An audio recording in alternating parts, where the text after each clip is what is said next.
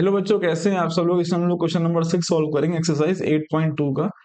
बहुत आसान सवाल है। कह रहे हैं ABC is a triangle right angle at C, यानी कि जो ए बी सी है वो एक राइट एंगल ट्राइंगल है, और राइट एंगल कहाँ पर है, वो सी पर है। देखिए मैंने यहाँ बना दिया, ठीक है। फिर वो कह रहा है कि a line through the mid point M of hypotenuse A B and parallel to B C. बस वो कह रहा है कि ए बी हाइपोटेन्यूज है, उस पे मैंने पॉइंट लिया जो कि मिड पॉइंट है इसका, उसका नाम दिया एम, और वहां से लाइन निकाली जो कि पैरेलल किसके बच्चों, बीसी के है, ठीक है। इन parallel to BC intersect AC, वो क्या कर रहा है, एसी को इंटरसेक्ट कर रहा है कहां पर, एट पॉइंट डी पे। कहा बच्चों, टी पॉइंट पे क्या कर रहा है, इंटरसेक्ट कर रहा है, ठीक है। शो करना है D is the mid point of AC and M D is perpendicular to AC, ठीक है। हो जाएगा ये।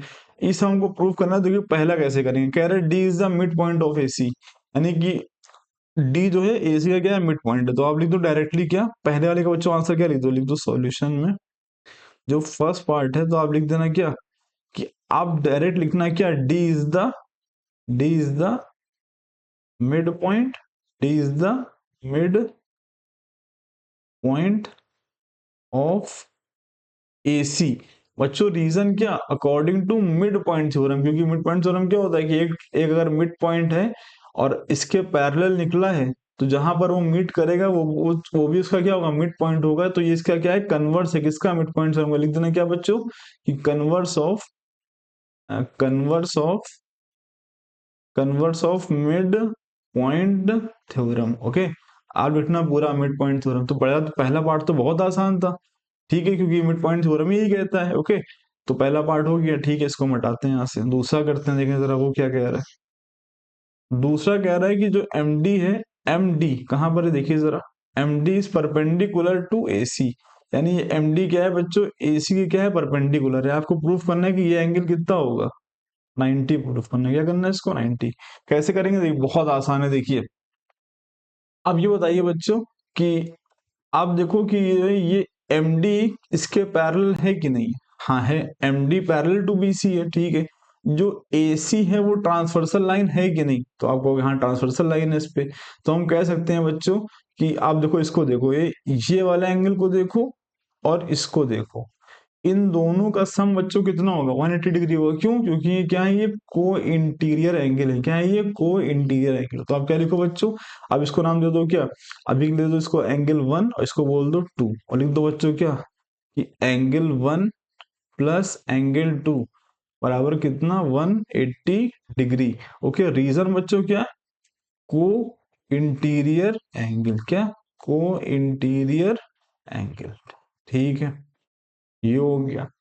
अब चूंकि हम जानते हैं एंगल 2 बच्चों कितना है, क्योंकि हमको पता है कि जो एंगल 2 है वो कितना है, 90 है। क्यों, क्योंकि जो है ए सी बी क्या, राइट एंगल ट्राइंगल है, किस पे, सी पे हमको दे रखा था, यानी कि एंगल 2 कितना, 90 डिग्री है। तो अब यहाँ इसकी वैल्यू पुट कर दो बच्चों, क्या निकल के आएगा, angle 1 plus 90 degree equal to 180 degree. तो एंगल 1 बराबर कितना आएगा, 180 डिग्री। 90 इस तरफ आगे कैसा हो जाएगा, माइनस का, तो ये हो जाएगा 90 डिग्री। तो एंगल 1 बराबर कितना आएगा, 180 में से 90 जाएगा तो बच्चों कितना बचेगा, 90 डिग्री। अब आप देखो बच्चों, ये मैं क्या लिया है, 90 लिया है, ले आया कि नहीं ले आया। अब चूंकि ये 90 है तो ऑब्वियस सी बात है ये भी 90 होगा, है कि नहीं। आप खुद देखो, आप इसको बोल दो 3 फिलहाल के लिए, ठीक है। आप ये 90 आ गया ना, इसको यहाँ लग दो। हालांकि हमें करने की जरूरत नहीं है, लेकिन मैं फिर भी करे दे रहा हूँ उसको भी, क्योंकि एंगल 1 प्लस एंगल 3 बच्चों कितना होगा, इसका सम कितना होगा बच्चों, 180 डिग्री। क्यों, क्योंकि ये एक स्ट्रेट लाइन पर बन रहे हैं, इसलिए क्या है, ये लीनियर पेयर है। क्या है ये, लीनियर पेयर है कि नहीं, ये लीनियर पेयर है इसलिए होगा, ठीक है। एंगल 1 कितना आ चुका है, 90 आ ही चुका है, तो हम लिख देंगे यहाँ 90 degree plus angle 3 equal to 180 degree. अब देखो बच्चों, एंगल 3 कितना आएगा, 180 डिग्री माइनस 90 डिग्री। तो एंगल 3 की वैल्यू क्या आ जाएगी, 180 माइनस 90 कितना होता है, 90 डिग्री। ये एंगल 3 आ गया। ओके, ठीक है, एंगल 3 यही तुमको प्रूफ करना था। चूंकि एंगल दो 90 डिग्री पर है, ऑब्वियस, तो आप लिख देना सो MD, so MD is perpendicular to AC। Okay, यही करना था इसमें। तो दूसरा पार्ट भी हम लोगों ने कर दिया। अब हम लोग करेंगे तीसरा पार्ट, इसको मैं रफ करने जा रहा हूँ, इसको नोट कर लियो। ओके, तो चलिए इसका तीसरा पार्ट करते हैं। वो कह रहा है कि प्रूव करो कि जो सीएम है बराबर किसके, एमए के, और बराबर हाफ ऑफ एबी के। ठीक है, बहुत आसान हो जाएगा। मैंने बच्चों क्या करा, एम और सी को क्या कर दिया, मिला दिया यहाँ पे। ठीक है, अब यहाँ देखिए हमारे सामने दो ट्राइंगल निकल के आ रहे हैं। कौन सा, एक ट्राइंगल आ रहा है ए एम डी, और एक ट्राइंगल आ रहा है एम डी सी। ये देखिए मेरा एरो देखिए, अब ये ट्राइंगल और एक ये वाला ए एम डी, देख रहे हैं आप। अब हम सभी जानते हैं बच्चों इसमें ये वाला एंगल क्या है, 90 90 हम लोग पढ़ चुके हैं। और डी को मिड पॉइंट प्रूफ कर चुके हैं। यहाँ सबसे पहले ये कह रहे थे D is the mid point of AC, इसको हमने प्रूफ किया था। तो आप लिख देना ये साइड इसके बराबर होगी, और एम डी दोनों में आ रही है, इसलिए क्या होगी, ये कॉमन होगी। तो हम इसको कॉन्ग्रुएंट प्रूफ कर सकते हैं आराम से। कैसे लिखेंगे, लिखेंगे in a triangle A M D and triangle M D C, and triangle M D C. अब बच्चों क्या लिखेंगे हम लोग यहाँ पर, ए डी बराबर किसके होगा, डी सी के होगा, है ना। और रीजन क्या दे देंगे बच्चों, because D is the mid point. लिख देना क्या, या लिख देना प्रूव अबव, या एक ही कुछ भी लिख दो, D is the mid point लिख देना, D is the mid point. ठीक है, डी इज मिड पॉइंट। ठीक है, ये हो गया। अब बच्चों देखो ये वाला एंगल ए डी एम, कौन सा, एंगल ए डी एम बराबर क्या होगा, angle M, angle C D M के, किसके, एंगल सी डी एम के। और इसको, इसका रीजन बच्चों क्या है, बोथ आर 90, क्या है ये दोनों 90 है, बोथ आर 90 लिख देना। या फिर आप ये भी लिख सकते हो, because M D is perpendicular to A C. कोई दोनों, कोई मना नहीं करेगा, दोनों रीजन आप लिख सकते हो, कोई दिक्कत नहीं। ठीक है, दो चीजें मिल गई। अब बच्चों देखो एम डी बराबर एम डी, क्योंकि दोनों में आ रहा है ना ये चीज, तो आप लिखो क्या, ये जो एम डी है वो बराबर किसके होगा, एम डी के होगा। और रीजन बच्चों इसका क्या है, ये कॉमन लाइन है, क्या है ये, कॉमन लाइन है कि नहीं।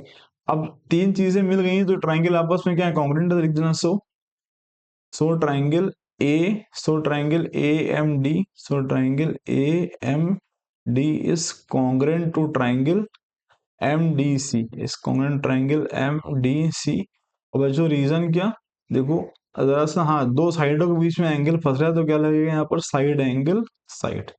अब चूंकि ये बराबर, चूंकि ये दो ट्राइंगल आपस में कॉन्ग्रुएंट हैं, तो इसके करेस्पॉन्डिंग पार्ट क्या होंगे, इक्वल होंगे आपस में। अब देखो जरा ध्यान से, इसको देखो, इसके सामने साइड कौन सी आ रही है, एमसी आ रही है कि नहीं आ रही है। अब जिसको एमसी लिखो चाहे सीएम लिखो, एक ही बात है।